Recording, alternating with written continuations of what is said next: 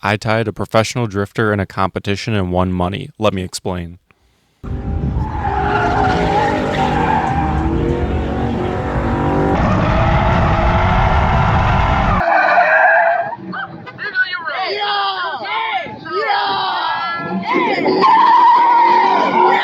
Yeah, baby! So my name is Christian. I do all the recording, editing, racing you see for Grayscale Motorsports. I'm going to try to get to the point for this video, but there are a lot of things that I kind of wanted to cover for this video because this was such a big moment for me, at least in my opinion. You know, think about me, a little guy, grassroots motorsports, stuff I do for autocross and drifting. This was just a big moment for me. So I really wanted to kind of talk about it and expand on it. I did a drift event or a sliding event, whatever you'd like to call it, on 5/25, 2024. This event, you could do some drifting, sliding, open to the public, kind of grassroots event, mostly just to have fun, but there was also competition involved with it too, where you had to do some task, if you will. Not quite a regular drifting competition that you might see for like Formula Drift or what people are used to. It's kind of a sliding competition, and I'll go over what you have to do in a second. But it was a good, fun day. I had 2 sets of tires I planned on essentially burning up, so I had more tires than everyone else. Of course, I'm a drifter. Some people were not drifters, were just out there to have fun. And essentially, after a good day of drifting, there was a competition around 5 or 6 o'clock. I wasn't planning on entering, but the event organizer, I think he goes by T, ended up talking me into competing because he's like, man, you are right there with what you need to do for the event anyways, which was a bit of my anticipation. I was trying to do everything on the checklist to at least practice, just in case I wanted to do the competition. There were some really good drivers out there, it's like the Corvette and T that was, also at the event. The Corvette was really good, Brendan, and T was really good in the Camaro. There was also some other people really good out there too. Aiden, who I think was his first event, but he had a pretty nice setup car, and he might have done some sim racing, it seems. First event, but did really good out there as well. And so some good competition. Aiden didn't end up participating. But so I decided to participate when I heard that there weren't too many people. And essentially around that 15 minutes before, we had a driver's meeting on what we had to do. And we went over there. He explained the things that we needed to do, which were things such as doing 2 full laps, 1 in both directions, and the wider the better. Tight circles around 1 cone, a figure 8 around 2 cones, into a 360, ending in a rollback, just essentially a 180 rolling back. You don't necessarily have to be doing a burnout backwards, but just as long as there's backwards movement, that was enough. After the competition, I immediately locked in. I didn't record, so if you're wondering why I don't have my camera recordings on my car, why I'm not showing them, is because I immediately locked in like I do for autocross. I can be a competitive person, but try to be a friendly person. So I just had that focus mindset where I'm not going to set up my cameras. I'm just going to go out there and do my best and come up with a plan and just attack it.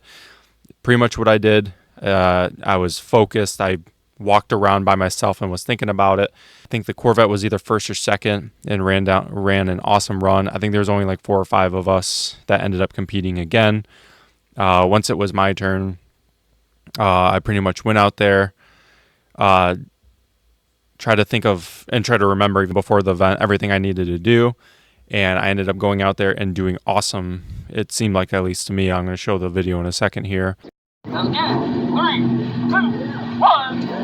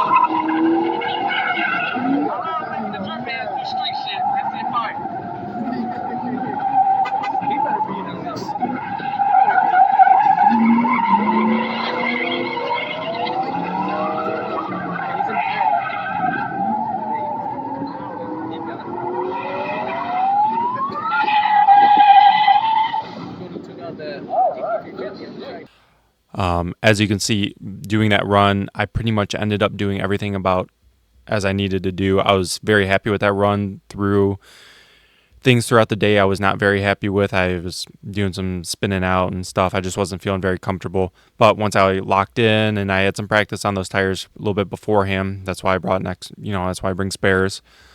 Went through some tires. I threw down a really good run that I was happy with and ended up getting to the finals. I will say that I was more surprised with this because it's not like your traditional drift event where typically you do some like tandem drifting. That's usually the standard in drifting. This is almost like a skills competition. Not sure exactly what you want to call it, but it's not your typical drift event. I was expecting it to be almost novel, but once I went out there and did it, I was actually quite surprised with how much skill it took, if you will, or how helpful it was, or it was not novel. It was a good skills comp. It was a good skills competition, skills check, whatever you want to call it. It ended up being good and fun, honestly, in my opinion. I was surprised. I didn't anticipate that. I thought it was going to be novel, trivial, whatever you want to call it. No, it was not novel. It was not trivial. It was fun and a good skills check. It was good practice, whatever you want to call it. So I go back and I'm kind of talking to my friend about how it went and watching some of the other competitors go. And they make the announcements through the mega horn that Brendan, the guy in the Corvette, and Christian, me, are in the finals, which I'm like, yes, was really what I was shooting for. It's kind of one of those things that you don't know that you want it until you have it, or that you don't know that you want it until you don't have it. And luckily I had it. So they announced that we're going to have another, slight driver's meeting with me and him to kind of go over what we're going to do.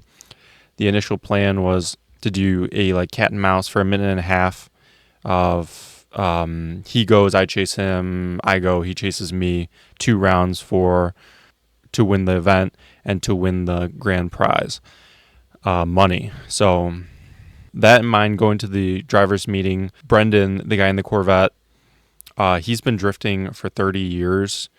At least I believe that's what he's told me. It was at least 20, but I think he said 30. He's been drifting for 30 years. I've been drifting for 3 years, trying to get as much practice as I can. I'm trying to do it at as much budget as I can, possibly. I don't have a lot of money in my car at all. Brendan drifting at a very high level with a very nice drift car, C6 Corvette, I think with an angle kit, with a hydraulic handbrake, locked, with a lot of steering angle. I'm pretty much stock steering angle. I'm almost stock suspension. I can't imagine what suspension he has. I think he had mentioned that he's cammed and long tube headers, so making good power as well. It's a good seat time drift car, where it's a good seat time drift car for someone with probably 1/10 the budget that he has. And in terms of being a professional, he was drifting in Australia for many, many years, and maybe I'll post up some pictures now of some of the drifting that he's done with tandems and such. It looks like it's at a very high level. But he explained to me, very nice guy, he explained to me that he came to the U.S. with intentions of competing in Formula Drift, which is the highest level of drifting, competitive professional drifting in North America. And that was his plan. So in essence, if you think that you're good enough to compete at that level, at a professional level, and especially if you've been drifting long enough, you're pretty much right there being a professional, if at least not an expert. So to be in the finals with him was, such an honor, even though there wasn't too many people, even though it wasn't even really a drift event in the first place. But to me, it was such an honor and kind of a, I guess not a big deal, but important to me.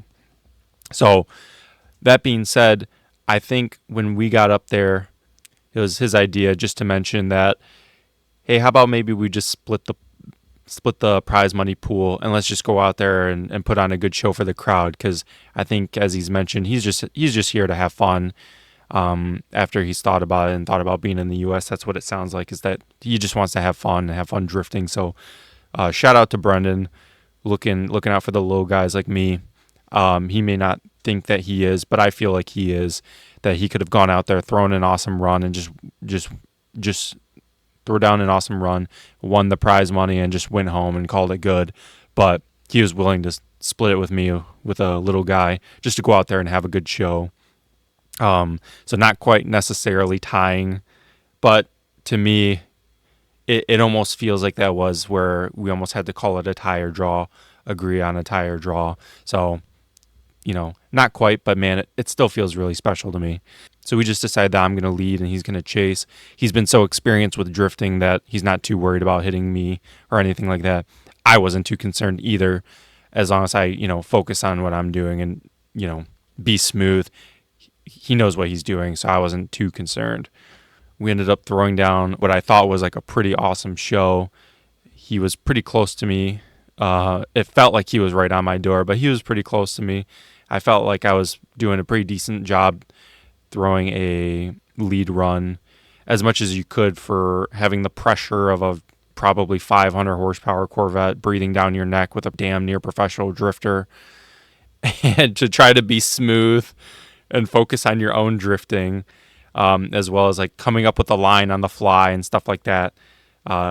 It's not super easy when you're in the driver's seat, but we made it work, and I think we ended up throwing a pretty cool show for the people. It seemed like people loved it. We did the tandem drifting, we did the circle, we did a close tandem around a cone, then back into a little bit more tandem, and then we just went wild with drifting and burnouts and putting on a big smoke show, which I'll show in a second here. He ended up just absolutely obliterating his tires, so much to the point where I think he explained he's been doing this for so long, he's seen things like this, but he thinks that because someone had spilled a little bit of oil on track, they were leaking a little bit of oil, that he essentially got his tires so hot and was burning so much rubber that it ignited the oil around his tires, picked it up and ignited it, because his car caught fire for a moment, at least around his tires. I thought it was in his wheel well, like his rotors or something, doing some left foot braking. But I think he explained that he thinks it was the tires catching fire. Something definitely caught fire at some point, which was pretty crazy. He was going that hard. I'm not usually one to do that, but in the moment, we were out there for so long, I ended up just throwing in and doing big burnouts as well, and just going crazy as well, which, he caught fire, which is pretty gnarly. I ended up, unfortunately, blowing my radiator like right at the line when we were about to be done from such a long run, such high RPM, which was really unfortunate for me. I needed to end up trailering it home because it was a pretty heavy coolant leak that was so low in the radiator, it wasn't holding any fluid at all. So luckily, Memorial Day sale, got a new aluminum radiator that I'm going to throw in. Hopefully there's no damage to the car. You'll know pretty quickly, if not, because I'll be out drifting. If not, I'll be out for a while. Fingers crossed there's no damage, but we started it up and it ran fine for the minute I had it on. There seemed to be no problem, so fingers crossed. But yeah, so here's that video, and we'll take a look. Yeah, back to back. Everybody get the camera phones out. Stupid.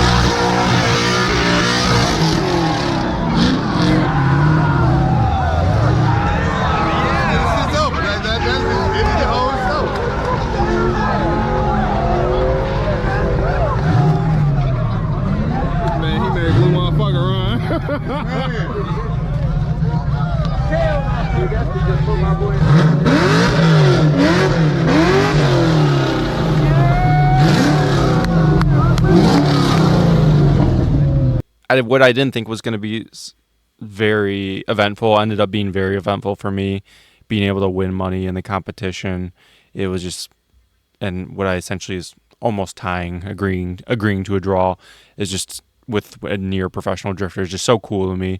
I had so many awesome people come up to me and just like fist bump me, handshake me, congratulating me, mention that, hey, I was rooting for you. You know, that was an awesome run. Thank you for the show. It was so cool. I literally had some people like look at me with like stars in their eyes as if I was some sort of celebrity, which I'm not. I'm just some other guy, just like anyone else. It's just some car guy, some racer guy, grassroots, just like everyone else. So it's so cool to be able to see these enthusiastic people look at me like that. But, they just need a little bit of guidance and they'd be right there too. And that's what it's all about, grassroots motorsports, just helping each other out. And it's just so cool to see you. Really, it was so cool to see. So thank you to any fans per se that I had. Thank you. You guys are awesome. T, thank you for throwing on it was a great event. I loved it, including the comp. It was super cool.